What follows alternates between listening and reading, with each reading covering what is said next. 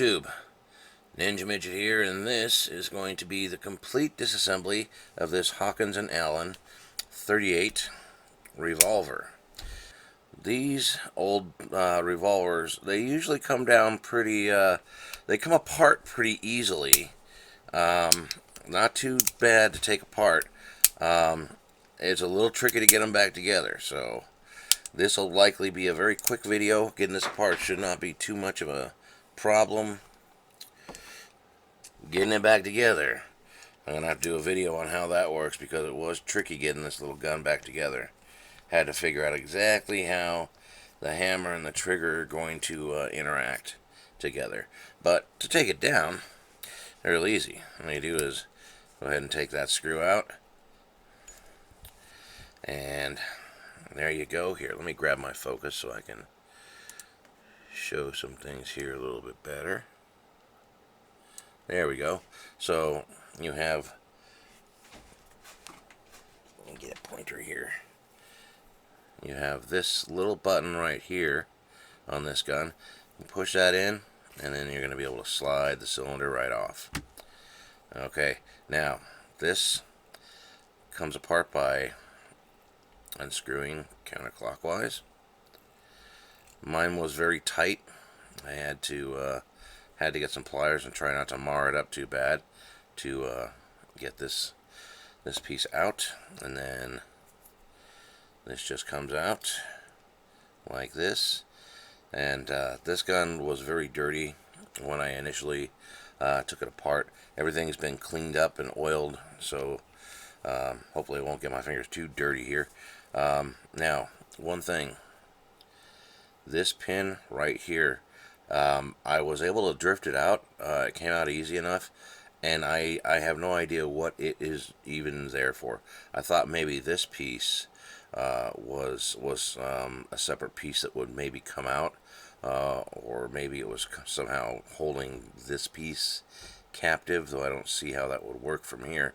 But I could not find anything that would that came out because of this, because that pin was removed. So I just put it back in and left it there. I'm not going to take it out because it does I don't see the purpose for it. I do not see a purpose for it. This piece, this is what pushes your ejector up in your cylinder, and this spring looks like it's press fit in there, so I just left that alone. Now, get a smaller bit for our screwdriver here. And this just comes out like this.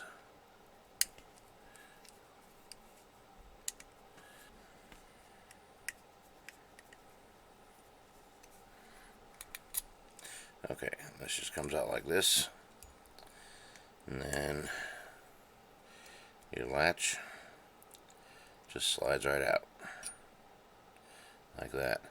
Now this, I was not able to get this out. It's in there very tight. I wasn't sure how I'd be able to get that out. It's just holding this little spring in here, so I don't see how that would even be a problem. I just put this whole thing in the sonic cleaner and cleaned it out, and then oiled it up again. So that's pretty much the top half of your gun disassembled.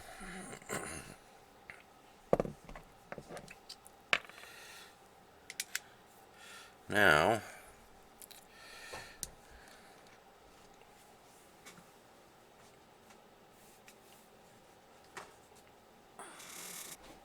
okay, so for the bottom half of the gun, first thing you're going to want to do, take the grips off.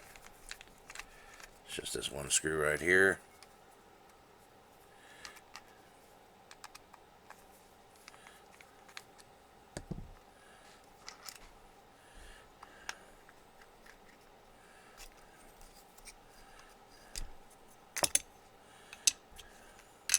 There you go. This pin can be taken out It's not necessary. This is just holding in. This ends up being your hammer spring and your trigger return spring, and it's just this little spring controls a lot of things in the gun. Pretty much all the functionality of the gun is right here in this spring. It doesn't need to come out to disassemble the gun. So let's go ahead and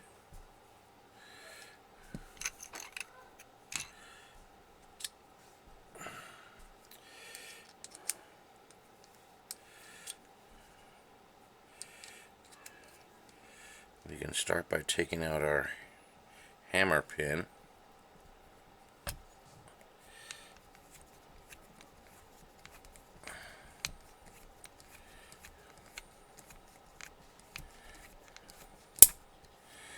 Okay, a little bit of downward pressure on the hammer, and this pin just pops out.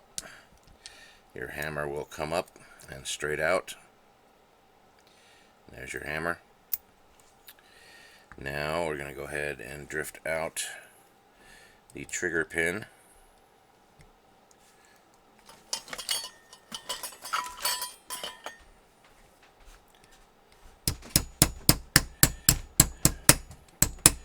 Drifts out pretty easy.